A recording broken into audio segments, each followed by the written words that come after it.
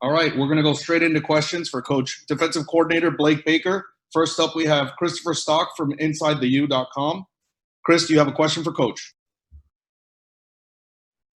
Yeah, Blake, I was just curious maybe how this first week or a little over a week has gone. In particular, we saw the interception by Gervin Hall, just other big plays, or maybe what's standing out to you as this is what's going on with your group as a whole. I think, the big thing obviously being very early in camp, a week into it and not really a live scrimmage. We're still very much a work in progress, but at the same time, I'm really, really encouraged with this unit. You talk about one thing or two things we've really been emphasizing is running to the football and hitting when we get there. And we'll clean up the mistakes, as they come, as camp continues to go on. But these guys, man, they love to compete, and they're a young unit. There's a lot of competition amongst the group. Every position is pretty much open for grabs, and you can see it. There's a hunger amongst this group, and they're really competing every day, to get on that bus here in about a month. Great. Next up, we have Susan Miller-Degnan from the Miami Herald. Susan, do you have a question for Coach? Yes. Hey, Coach, how are you? I'm great. How are you, Susan?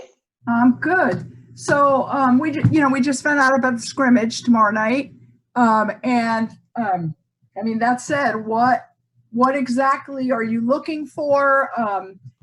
What type of format is it going to be? Will it be different than usual for the obvious reasons? There will be some differences, obviously, with social distance and spacing and having chairs on the sideline instead of benches to make sure that we follow, the guidelines to not trigger any contact tracing. But outside of that, in between the lines, it's going to be the same. We're going to put the ball down and we're going to play and we're going to have special teams. And I'm just really excited to finally, it's been a long time, and this is what these guys train so hard all off season to do. And for us to finally, get to roll the ball out there, even though it's just a scrimmage, I think it's important for a lot of different reasons, but I think it's really, really important for this defense and this offense and just the team in general to grow. So I couldn't be more excited about tomorrow. As a one follow, as a defensive coach, what do you look for? Out of your guys in the first scrimmage, what are you really going to be concentrating on? Their effort and their tackling.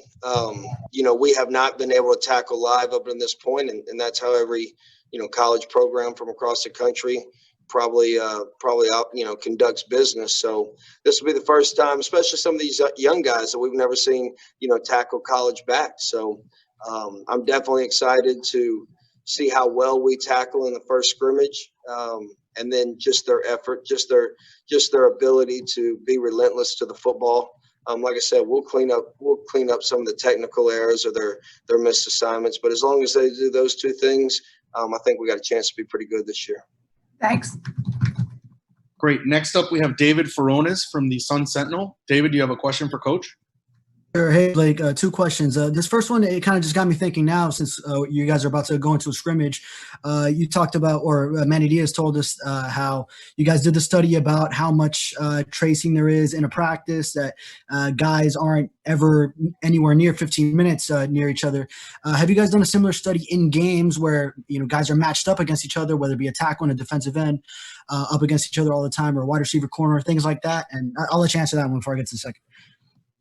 We have not done a study, but my guess is it's probably very similar. When you look at total reps from a practice, it's usually the same guys are matched up against the same guy, just like in a game for the entire practice. And, a practice could vary from, I don't know, maybe 60 to 80 reps when you count one-on-ones and so forth and so on. So I think it's probably very similar. But to answer your question, no, we have not done, to my knowledge, an in-game study. Sure. Okay. And I just wanted to ask about the secondary. Do you have any ideas so far on how you might line up the corners, or Corey Couch or Christian Williams standing out? And also, go ahead. I'm sorry. Oh, and also the safeties. Just are there two that you might start, or is it going to be a rotation of those top three, or are any young guys stepping up? That's all four positions. Like I said earlier, it's wide open. When you talk about the competition, I know there's a lot of experience in both of those rooms, but man, some of those young guys that haven't necessarily played as much. You mentioned a Christian Williams, to Corey Couch has had an outstanding camp. Even the young freshmen, Marcus Clark and Isaiah Dunson, are doing some really good things. And same thing at safety. We have an abundance of experience there and an abundance of youth there. So it's been kind of a good mixture, but they've been really, really impressive. And, as we know, this year is going to be tricky in itself, getting everybody, the same 22 guys to line up every week. Who knows how that's going to play out. So we need to build as much depth as possible, but I'm encouraged. I really am, by the athleticism, especially from the young guys, and how the older guys are really competing. And at the same time, they're doing a great job coaching them up and showing them the ropes, and really encouraged by the back end. But tomorrow's going to answer a lot of questions, like I talked about with especially defensive backs. We're going to be as good as they tackle. So very, very excited to watch them finally get after it and be able to bring some offensive players to the ground. Awesome. Coach, we got time for a couple more. Next up, we have David Lake from InsideTheU.com. David, what's your question for Coach?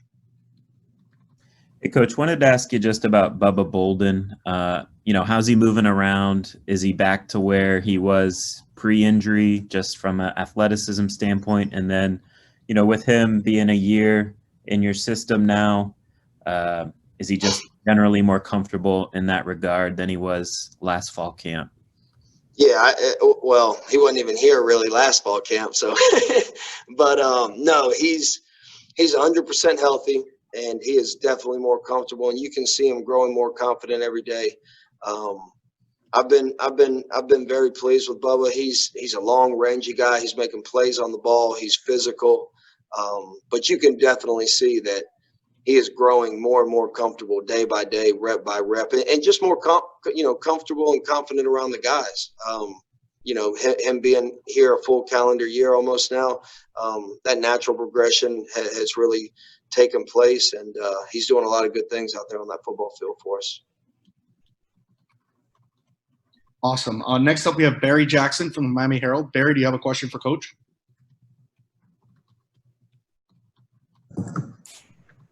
Yes. Hi, Blake. Just with regard to defensive tackle, who's standing out beyond obviously your top three coming in with Nesta Ford and Jordan Miller? Has anyone begun to emerge as a fourth? I know it's still early. Yeah, it's still early. So it's every day it feels like it's a different guy is having a great day, and once again, it's about competition. But Jared Harrison Hunt, Jalar Hawley, Jason Blissett, we've used him as a swing guy. He's playing inside and outside for us.